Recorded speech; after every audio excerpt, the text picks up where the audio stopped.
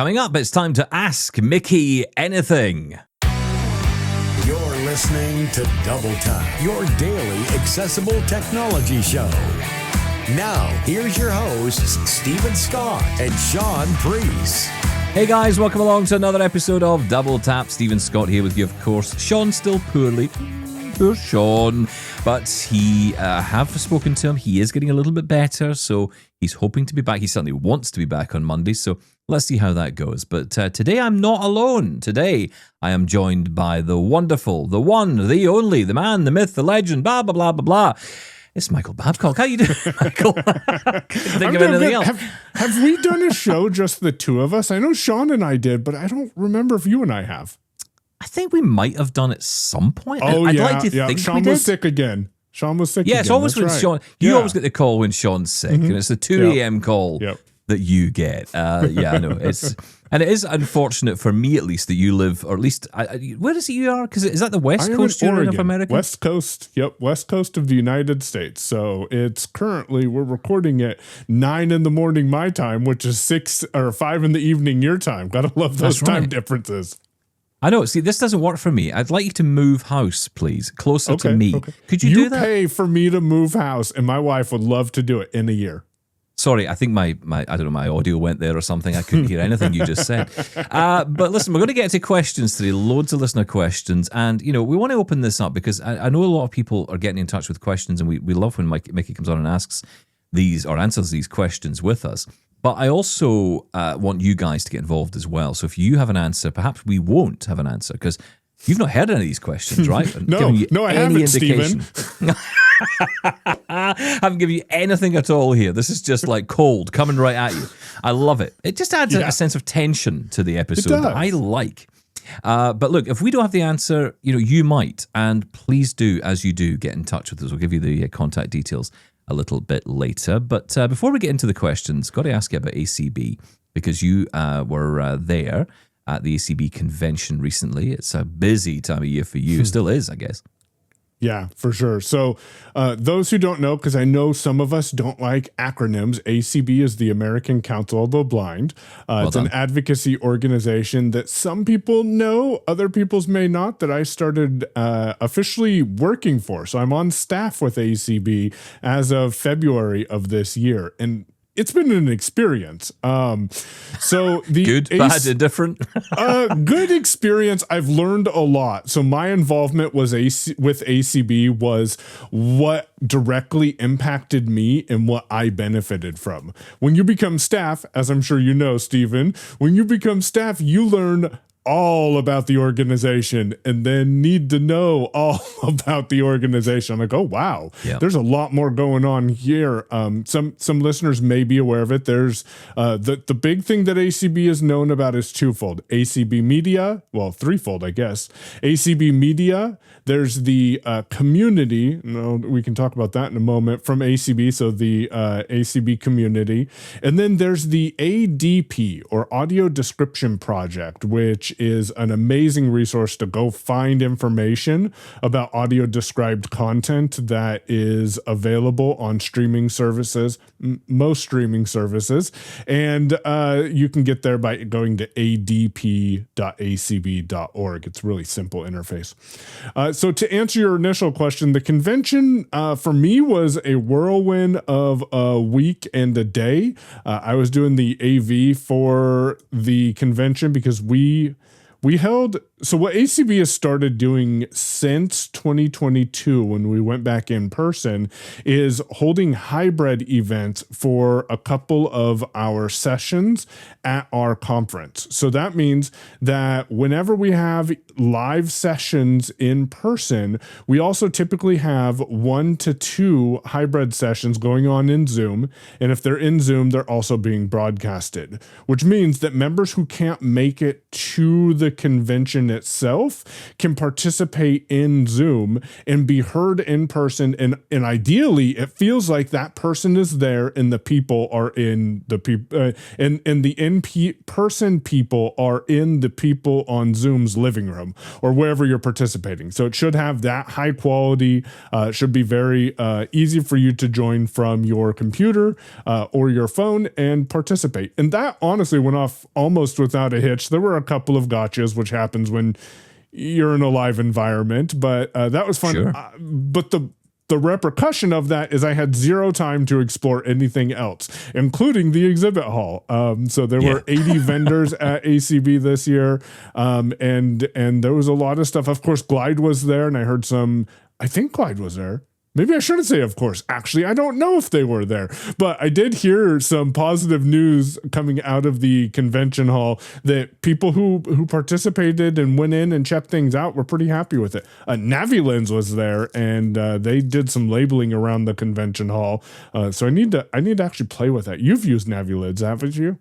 Yeah. It's very it's well used, I think, in the UK, or at least it certainly has become more used. In transit stations, things like that, which is really cool.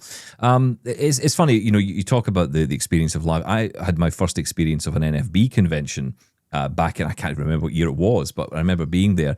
And my purpose there was to actually broadcast live a lot of the session coverage, but also a lot of the events that were going on around and bring reports and all of that. And I remember sitting in my my hotel room with my Toshiba Portage laptop, the worst machine ever made, by the way. Horrible thing. This thing, I mean, honestly, I thought at one point I was developing cataracts. And what happened was the screen was actually like fogging up because of the heat that was coming off the machine. The actual screen was fogging up. In an air-conditioned room. I mean, what is going on? So, it's funny. I was listening because it was Independence Day recently in America. I was actually listening back to an old report that I had made, and I was going to put it onto social media because I was really proud of it. I was really proud of the work that I'd put into it. It was an audio report talking about the importance of independence for NFB members. On Independence Day, right? And, obviously talking about what everyone would be doing that day, that night, fireworks, hot dogs, whatever it was that people were going to be doing. And I was really proud of the report. And I listened back to it. I was on a train.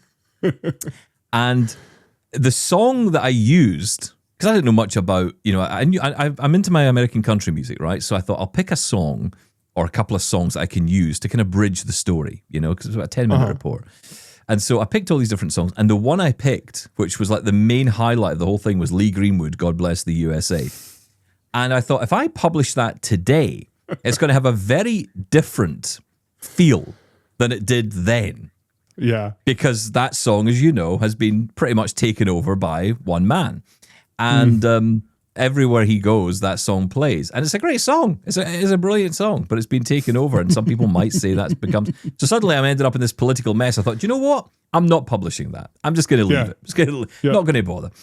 Just walk away from it. Yeah, but it is interesting going to these events and being at them and broadcasting from them and doing all that stuff. You're right. You don't get a chance to really do much other than, focus on the job at hand. And, it's interesting. ACB, for me, came to my attention because when I started working at RNIB, and we're talking now nearly 20 years ago, terrifying, and when I started there in 2007, we actually used ACB Media, with permission, I should say, as a sustaining service on the radio station that RNIB had at the time.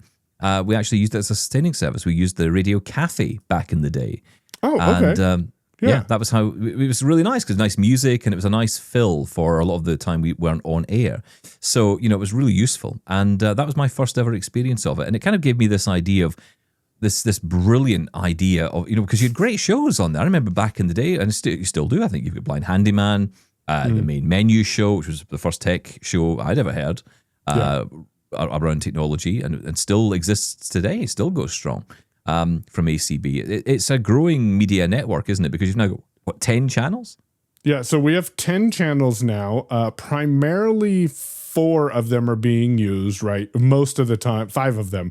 Most of the time, that's going to change in the near future. We'll have to bring you some breaking news when we get things up and running and come and share about them. Can I please, sir, can I have something? Can I have names? Because I like the names of the channel. This is 1, 2, 3. I don't like that.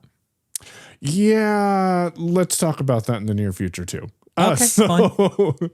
But there are kind of names. So like Media 5 is ACB Media for community. So we call it the community channel. Media 3 is OTR or old time radio. So if you want to listen to old time radio, you can go to Media 3 24 hours a day and listen to that. Media 1 is mainstream. And I think there's a name for Media 4, but it's our licensed music channel because as you know, everyone wants to get their part of the pie. So anytime we use licensed music, that goes on Media 4. Media 6 is for ACB related events, so we'll call it the ACB channel. ACB Media on ACB or ACB on ACB Media. Anyways, so if you're interested, feels like a Star Wars franchise. I'm confused. Which one should I watch first? I don't know. Should I start with 3? Should I start with 1? Put them on shuffle. Yeah, that's probably the best bet. But you've got a lot going on, and what's your role in ACB now? Yeah, so my official title is Membership Services Admin Assistant. I think that's my official title. Just saying, because that's what it says. But it's like any signature. title, it just doesn't mean anything. You end up doing everything. So what that means is other duties as assigned. Just saying. Oh, yeah, okay, right. Anything beyond this point. Yeah, okay. Yeah, right. I am primarily behind the ACB community schedule building tools though. So if you're not familiar with it, ACB community is a group of blind individuals who come together and put on events. We hold about 110 events per week over 7 different Zoom accounts. Wow. We send out a 6-day-a-week schedule. So Sunday through Friday. Friday, we send out the weekend schedule. These schedules are consistently formatted. So when you get it, you can use your heading navigation to jump between each event. We offer quick links in the email. So if you're like, I know what time the event is, I just want to get to that event, you go to the quick links heading and then you down arrow to the time and you press enter. That will open you into Zoom. A lot of our events are broadcasted onto that ACB Media 5. And then we also have events in Clubhouse as well that are often simulcasted into Clubhouse so you can participate or just listen. And all of that is a free service. People can bring their calls to ACB community free of charge. You do not have to be a member to start receiving the email. We do typically try to send out only 1 email for those 6 days per week. It's not like you're going to get spammed or bombarded with messages. And we have calls from blind crafters to cooking. We have a once a month handy around the house call where it's a blind individual who teaches you how to do different things around the house. He was talking about wiring plugins the other day, a couple months ago, and I'm like, that's beyond me for sure. We have several tech calls. We have some gaming calls. So there's a wide variety of content, and every morning at 9 a.m. Eastern, we go through the list of all of the events and we read those out to you. And then we've recently started putting that morning edition of what's going on in a short form version with just the titles on TikTok and on YouTube. And that's been successful because we've been getting engagement from both community members and people who have not heard of ACB community. Yeah, I'm so jealous of all of this because, we just don't have this in the UK. We don't have that sense of community, I don't think, that exists. I mean, it's existing more in Canada. I mean, CNIB is way ahead of the game on that with community and great places you can go. I mean, I read about all these amazing events that happen through the course of the year and the community bringing together, of course, using tools like Zoom and Teams and all of that to do that. It doesn't seem to exist in the UK. I'm very jealous. So we do have several people who participate from the UK. Maybe that's why that happens, because there's not that support there. And so if you're interested, acb.community. It's not an official ACB domain name, but I got tired of looking up the direct link for ACB's community stuff. And I went and registered it like a year and a half ago before I even started, so I could start sending people. Go to acb.community. You can get on the mailing list there so you can start receiving the emails.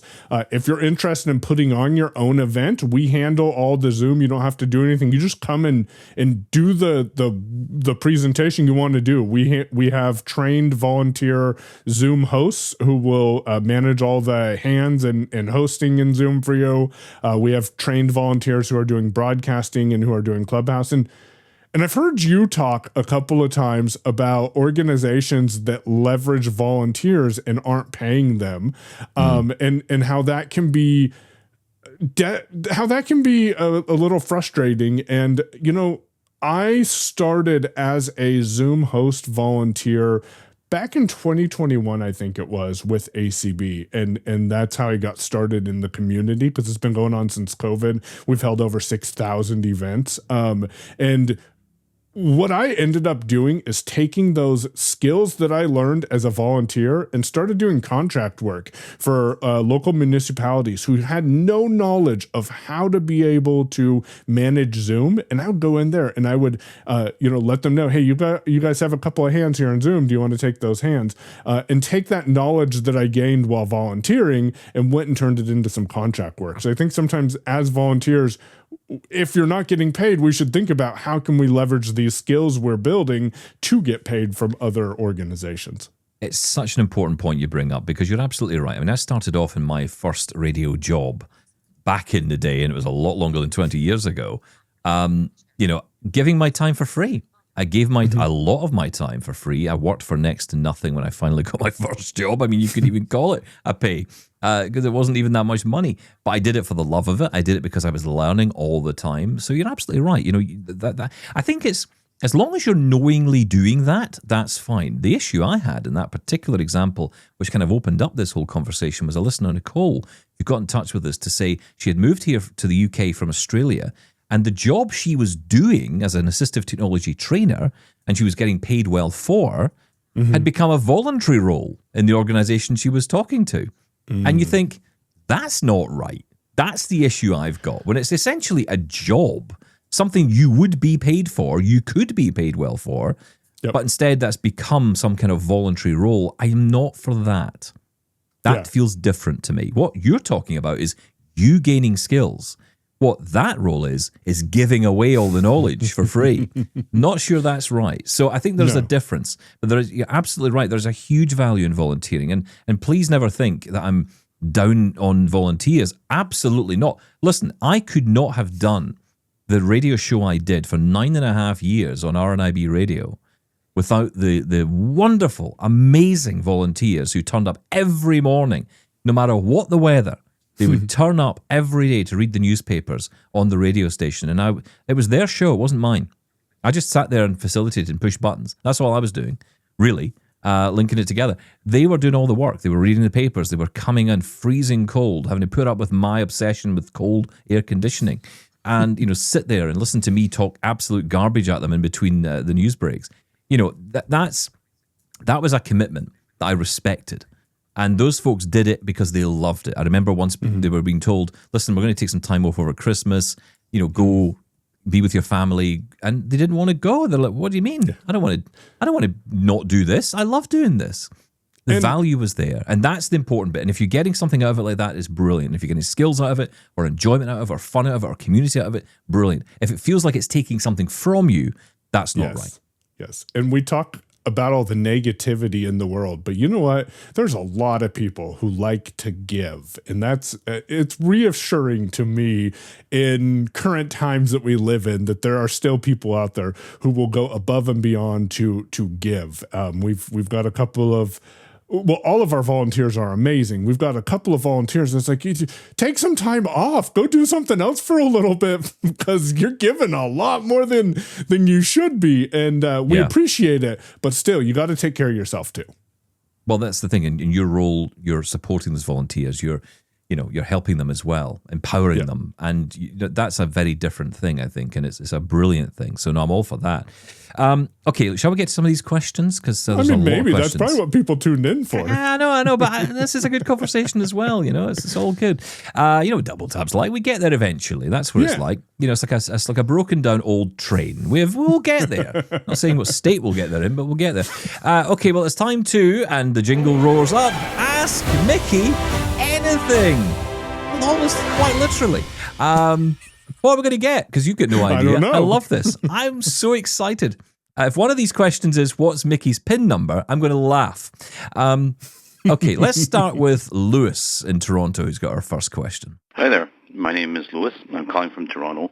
I'd be interested in finding out from you too, which you seem like sometimes you know what you're talking about. Smart speakers. What would be the smart speaker to go with for quality, sound, price-wise, and everything else? And the one that seems like will still be around in the future. That seems like an easy one to me to kick off with. Or is it? I don't know. I don't know. He said quality and sound and price. Like to me, if quality is what you want, check out the HomePods. I really like the sound of them. What do you think, Stephen? Well, it's funny you say that, actually. And I know our good friend Greg Hayes will be jumping up and down on me if I dare say anything against the HomePods, because he loves them. And actually, we should surface the old conversation that we had. I say old, it was only a couple of years ago, but we had a really interesting chat with Greg at the time about the HomePods and all the things you could do with them. I'll maybe try and link to that in the show notes, because that is a great episode if you are thinking of that. Look, the answer seems obvious. It's the Amazon Echo, right? But, quality, well, look, I think it depends. I mean, I found personally, when I bought my Amazon Echo speaker, the ball, as I call it, the big football side, maybe it's not as big as that, but, it's like bigger than the dot, put it that way. And Echo Medium, shall we say. And that was a really nice speaker. And when you paired them up, you could buy two and you could pair them together and get a stereo pair. The audio out of them was really nice. I liked them. I think they're quite good. I mean, and even the Echo Dots, I think, are fine. Maybe my ears are changing a little bit, because I remember the first time I heard a song in MP3 and I thought I was going to vomit. Because I thought, ooh, that sounds awful. Where's all the sound gone? And now I don't even think about it. It's just become tuned out of me. So I listen to a lot of talk. I listen to a lot of podcasts. I don't really listen to a huge amount of music.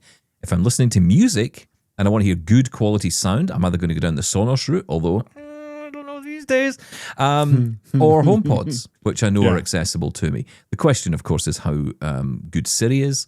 I think we all know the answer to that, so you can derive your own views on that from there. But again, listen to that conversation with Greg.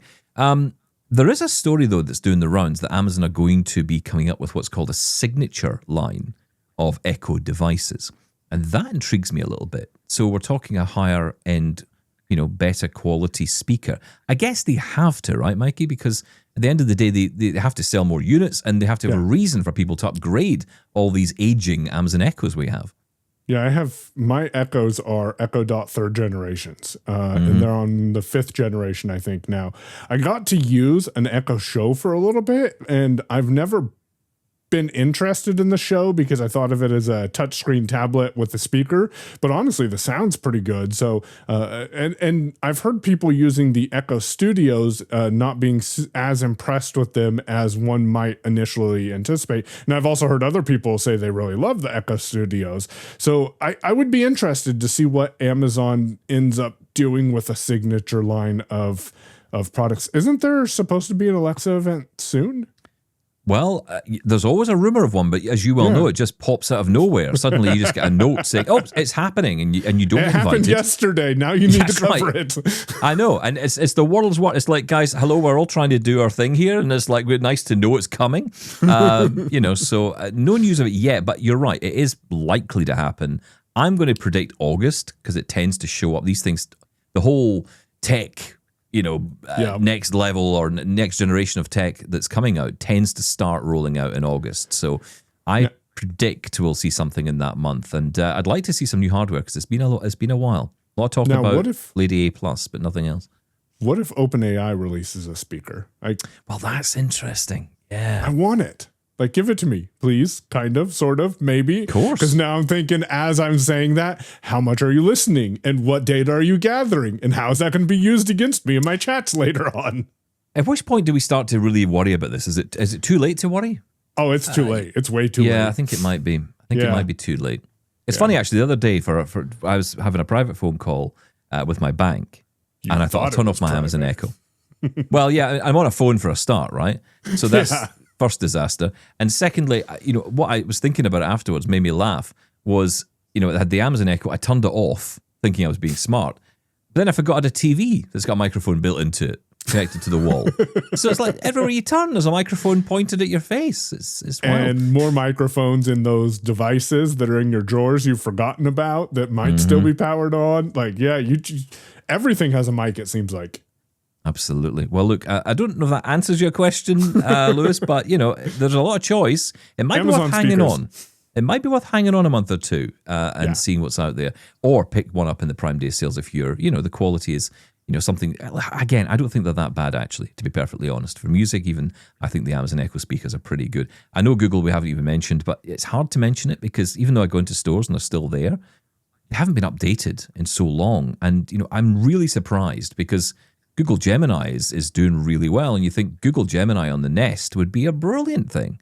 Nest speaker, of course, being the equivalent to the Amazon Echo. And yet, it's not there yet. Maybe we'll see that next year, but I don't know. The focus is so on the phones right now, and even on wearables, which is a good thing. But I'd kind of like to see a smart speaker emerge out of all this. Let's go to Renee and your question. Good morning, guys. This is Renee from Kentucky. I enjoy you all's podcast very much. I learn a lot from you all, and I appreciate it. What I'm needing to know is, do you all know of any central location that a person can put their hands on different apparatuses? As you all know, over the last couple of years, we've had a great increase in things for the blind, wearable things, phone, canes, the Trek, all kinds of different things. And it would be a great help if there is some location, central location, or maybe two, one on East Coast, one on West Coast, or whatever, and I don't know if it's doable. Just what's your all's thoughts about that? Well, I thought that's a good question to throw to you, Michael, because obviously you're in the States. Anywhere that Renee can go to actually get hands-on with tech? There are a couple of organizations, though. And since he's in Kentucky, I would look at the American Printing House for the Blind because I believe they're in Louisville. I think is how you say that. I'm sure we'll hear if I said that incorrectly. But I believe that's where APH is. And they have a lot of technology that you can probably put hands on and check out. The conferences that we mentioned at the top of the show, ACB and then NFB, National Federation of the Blind, also is a good place to go put your hands on technology. CSUN is a good place to go put your hands on technology in March. I know it's not ideal because you'd have to travel, but maybe there's some opportunities with some of your local organizations to help with funding. And then the ATIA, which is, I forget what the letters stand for, but it's in Florida in January, is another place that you can go put hands on technology. Lastly, reach out to your state vocational rehabilitation. And there is, at least in Oregon, an opportunity, and reach out to your state organizations, NFB or ACB, because in Oregon, the Voc Rehab here is who helps with employment opportunities. But part of being employable means that you have to have familiarity with technology. So a lot of times, the technology is available for you to put your hands on and check out.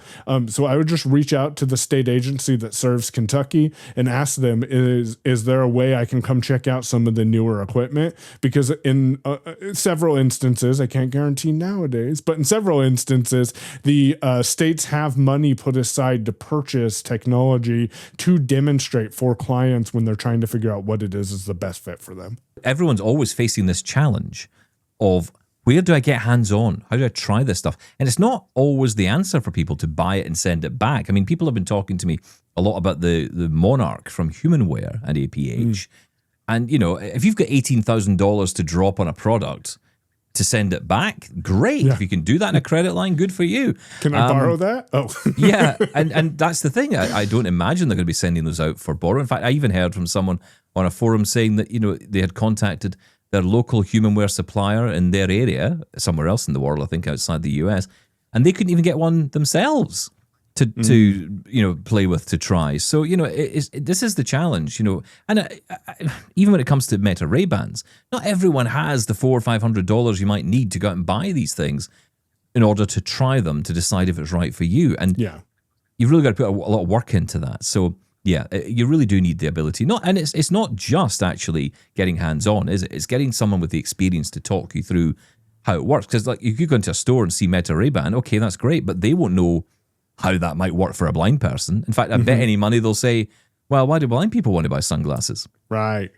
Yeah. And that's another problem, you know? Okay, look, we'll take a short break. We'll come back with more questions as we ask Mickey anything.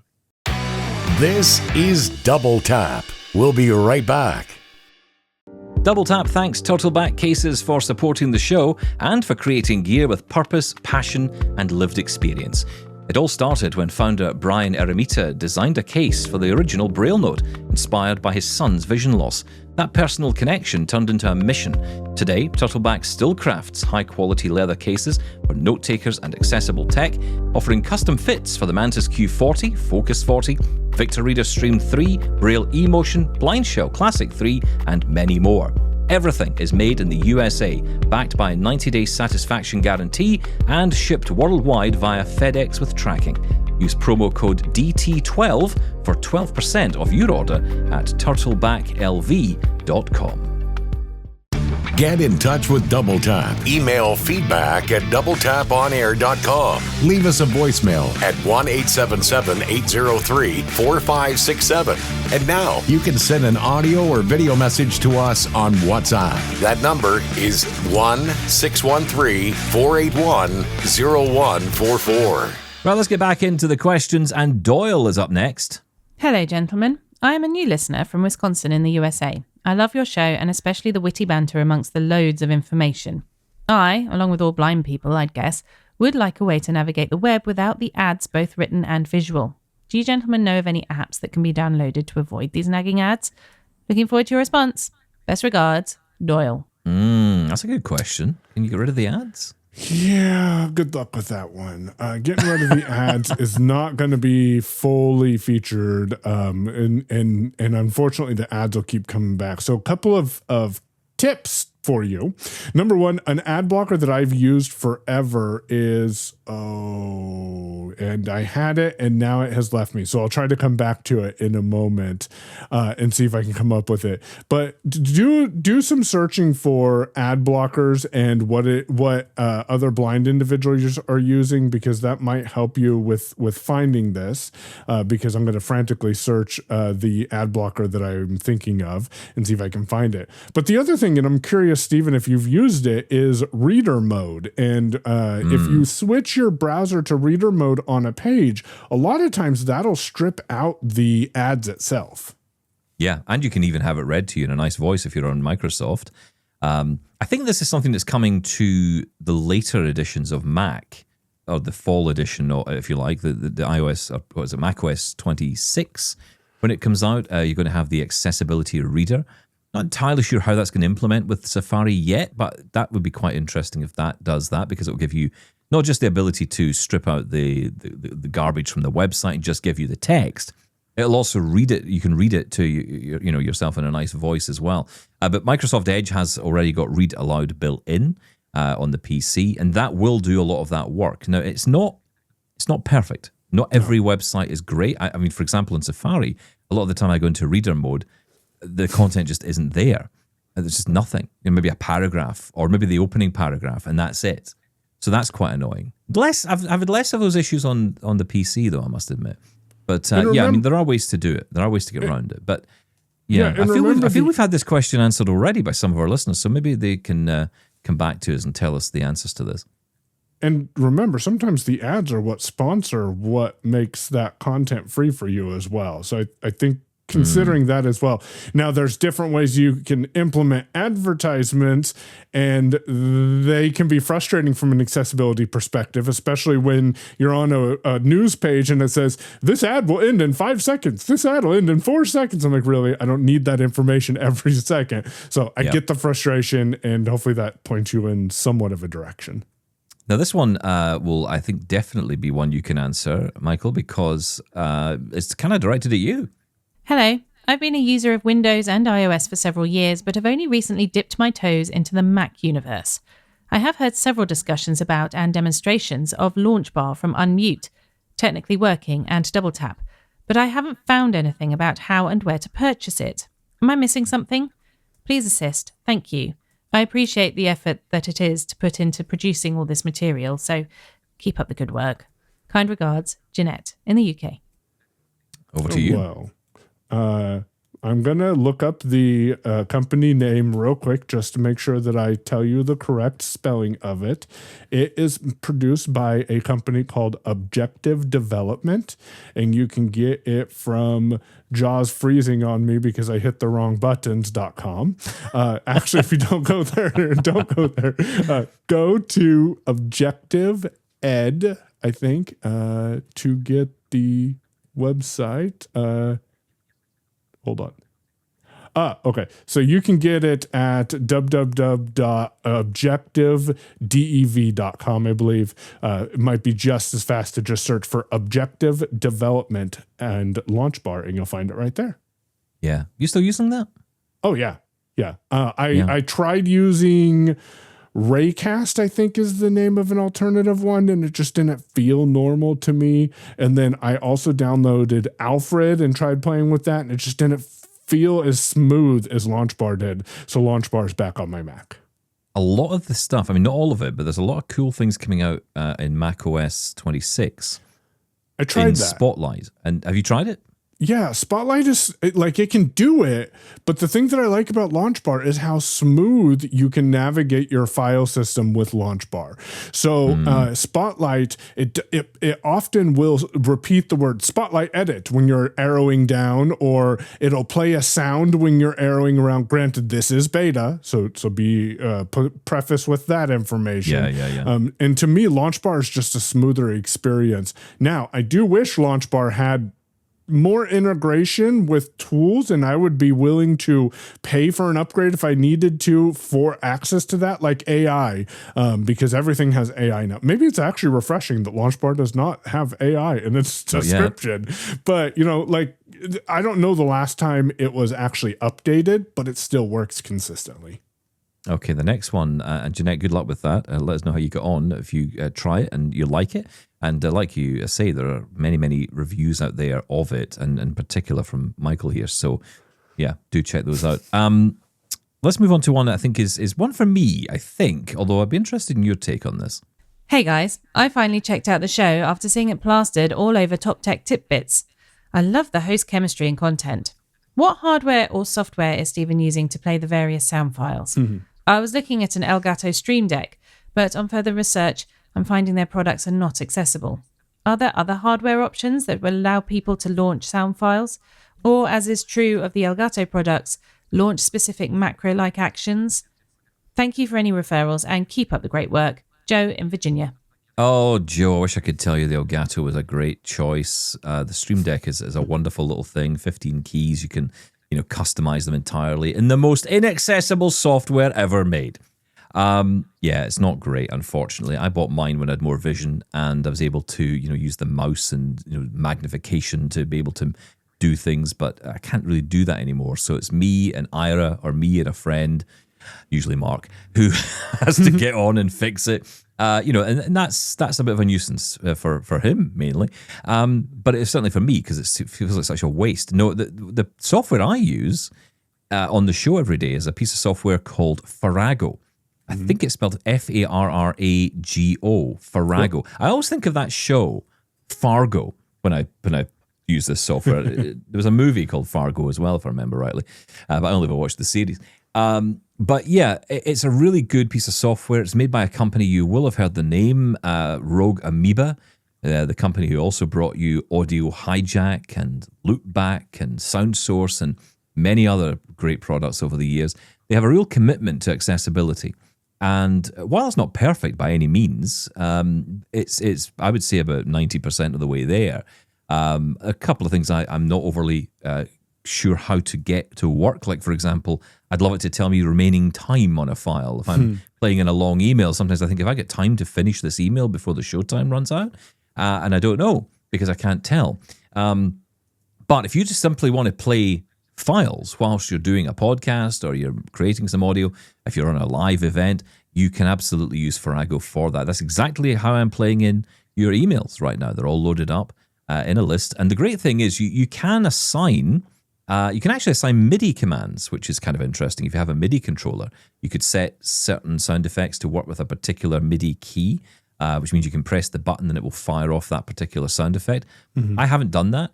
I actually use a preset by someone else, Stream Deck, which has, a play button on it, which is basically the enter key.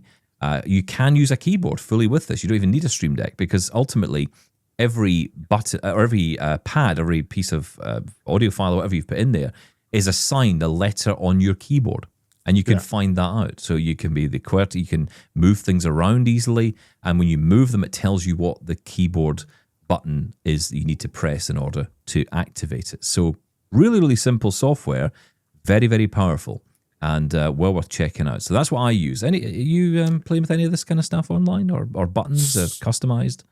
No, not really. But I will tell you, and on or off the record, I mean, we are recording, so go look at the we're on beta. air, so, I guess it's on. Go look at the beta for Stream Deck. Oh, really? Yes. Have it's not changed? perfect. It's not perfect, but I was playing with it the other day, and it looks like they're trying, hopefully, if you download the beta for the Stream Deck software. You buried that lead. That's like breaking news. What are you talking about? That's amazing. Is there anything official on that? I mean, have they said anything? No, not that I have found. I just happened to accidentally download the beta, and I'm like, this looks, it's definitely not perfect, but it's a heck of a lot better than the mainstream version of the software. That's for sure. Okay, here's one for both of us, I think, from Shannon. This is Shannon from St. Louis, Missouri. Haven't called you guys in a minute, but I thought of the only person I could definitely trust to give me advice on a keyboard would be Steven.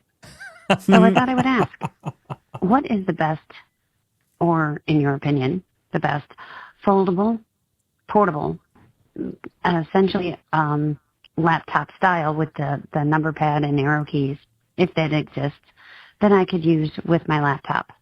I absolutely can't stand laptop keyboard layouts. They're just too weird. So I'm wondering if what I want exists, or am I looking for a unicorn? If you could help me out, I'd appreciate it. Talk to you guys soon. Now, Shannon, you've kind of thrown a bit of a wrench into the works here, because you're looking for foldable. Okay, that's doable.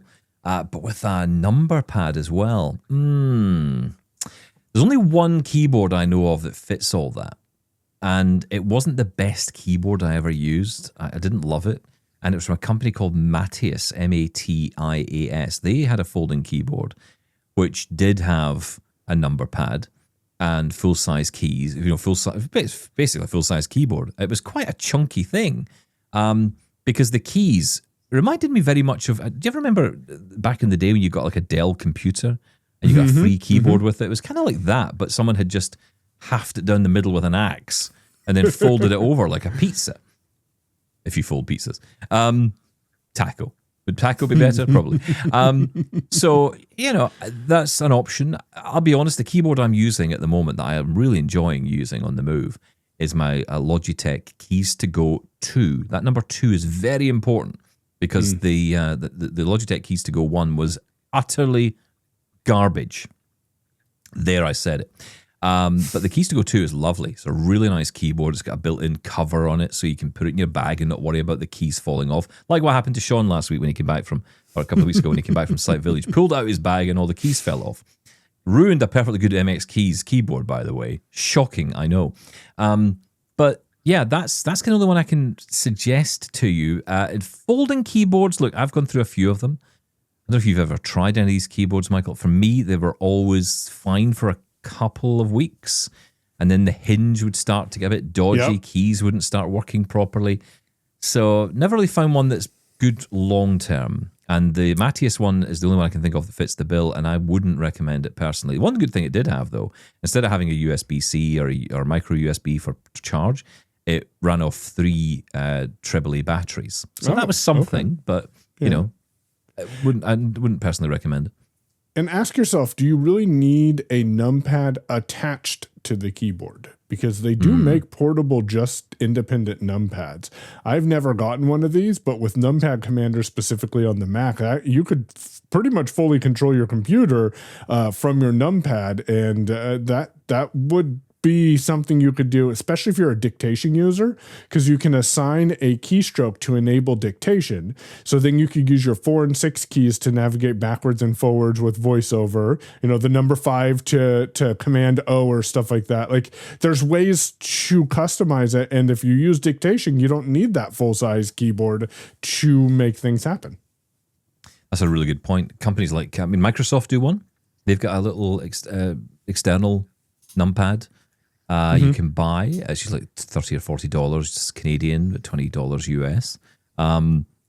Sateki, I think is how you pronounce it.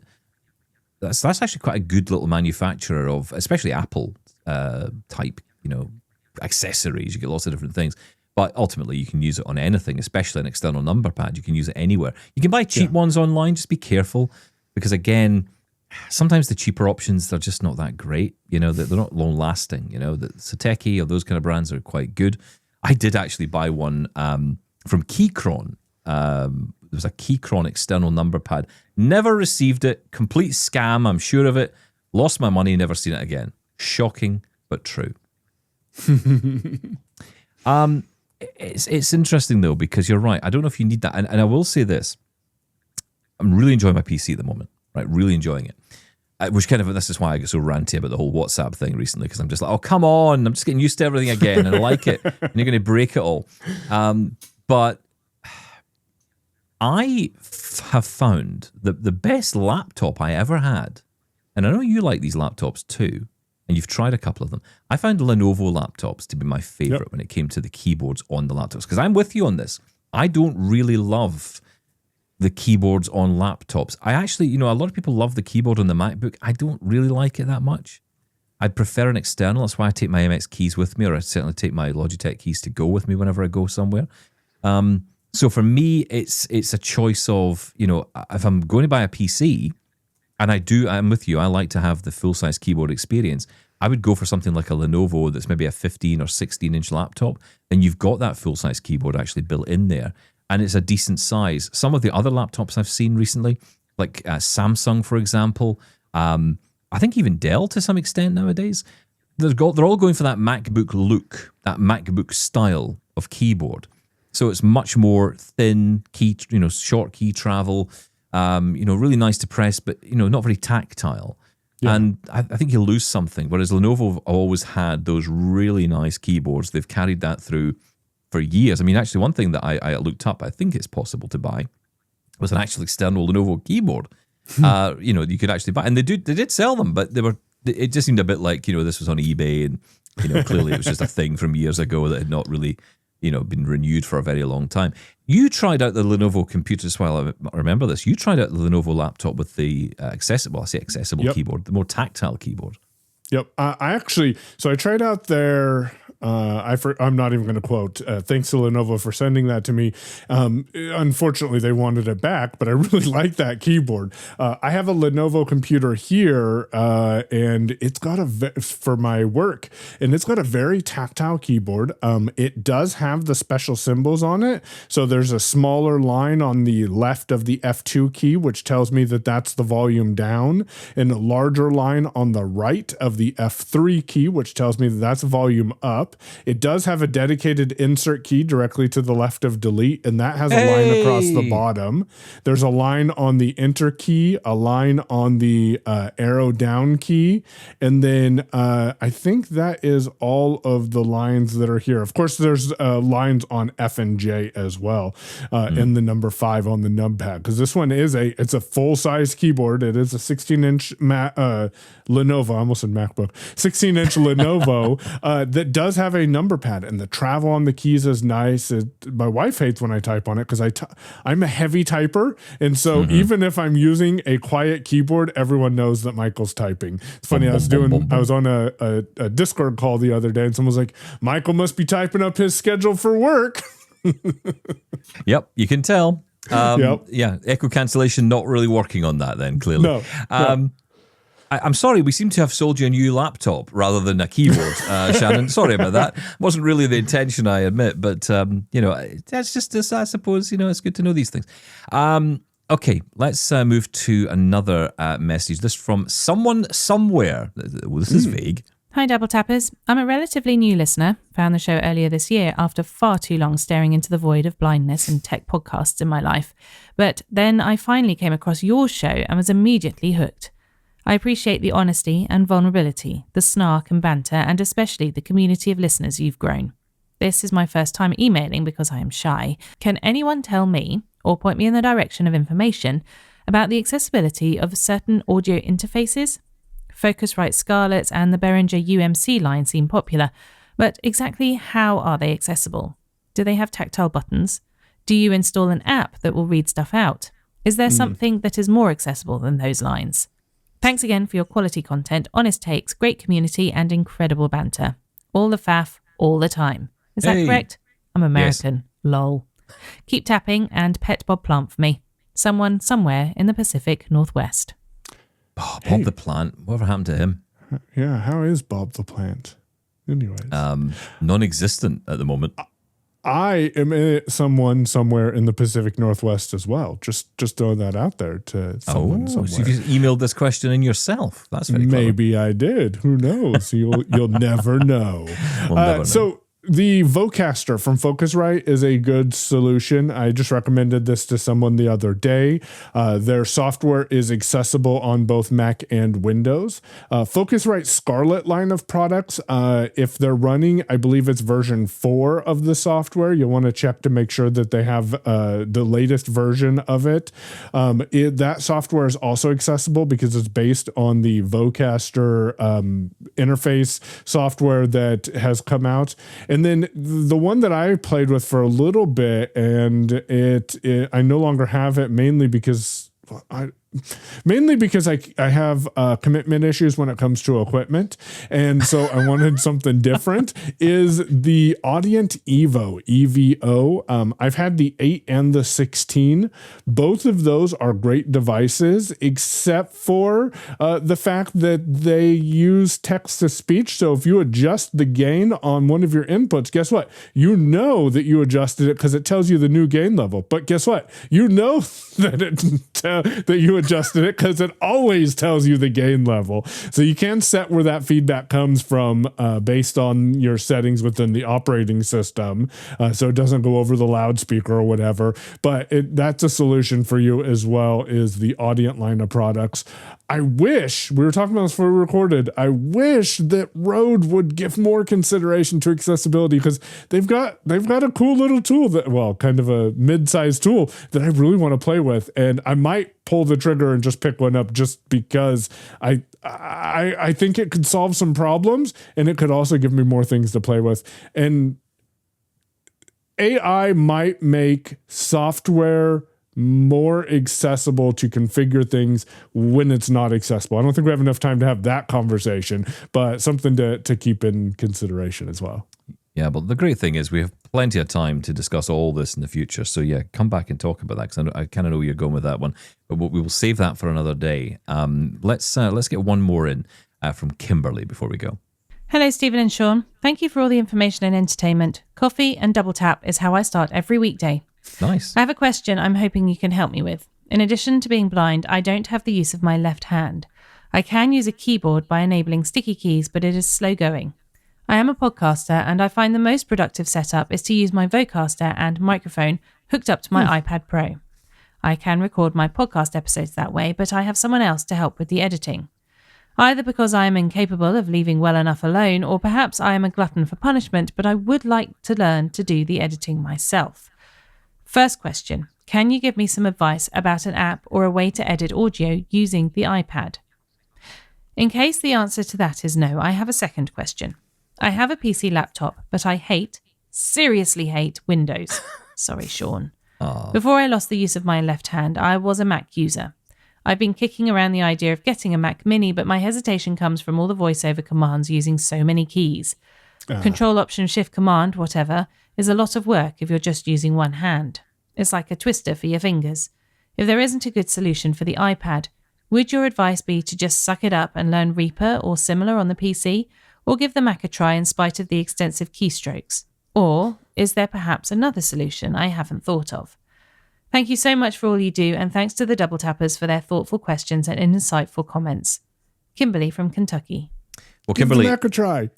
give the Mac a try. I mean, it's difficult. The one-handed thing does make it a little bit more challenging. I mean, I don't know the answer to this. Whether or not there's a better way to use the Mac with one hand. Numpad Commander. Yeah, actually, that's a good point. Yeah, we're just talking about it. Yeah, numpad Mac Commander. Yeah, I mean, you can't do it all with it. Obviously, you can't do everything, but you can control quite a lot. I'll come back to me on that one. Yeah, I know. When you think about it, by default, it does not give you all the capabilities, but there's so much that you can implement into that numpad commander. You got to customize it. You can also set up shortcuts as well. So if it doesn't do something, it might be worth exploring the iOS or macOS shortcuts feature, and then the only thing would be typing. But again, assign a keystroke, whether that be holding the 0 down and pressing another key to enable dictation, and then you're able to type with your mouth. Do you think you could? You think you could edit audio that way? Yeah, you could, because what you could do in that instance is set up a voiceover commander that when Reaper opens, then you disable keyboard commander, so that, or set up a keystroke that will toggle numpad commander on your numpad, and then hit F4 on your computer in Reaper and go and change all of the assignments for what you need to do: start time selection, end time selection, split, delete, and set those to numpad commands, and then you would just use the keyboard command to toggle between numpad commander being on and off, and when it's off, then it's not controlling voiceover, but it is controlling your Reaper, and you can use 0 for your play pause or something like that as well. Listen, we're out of time, but thank you, Michael, so much for coming on and answering the questions today. It's been great, and let's definitely do this again soon. Let's talk more about AI, because, of course, there's never enough talk about AI in this world. That is it for us for today. Check out, of course, the dollop on the Double Tap exclusive feed, which you can find through our newsletter. Subscribe to that, doubletaponair.com/subscribe. All going well. Shaun will be back with us on Monday. Michael, have a great weekend, and you guys too.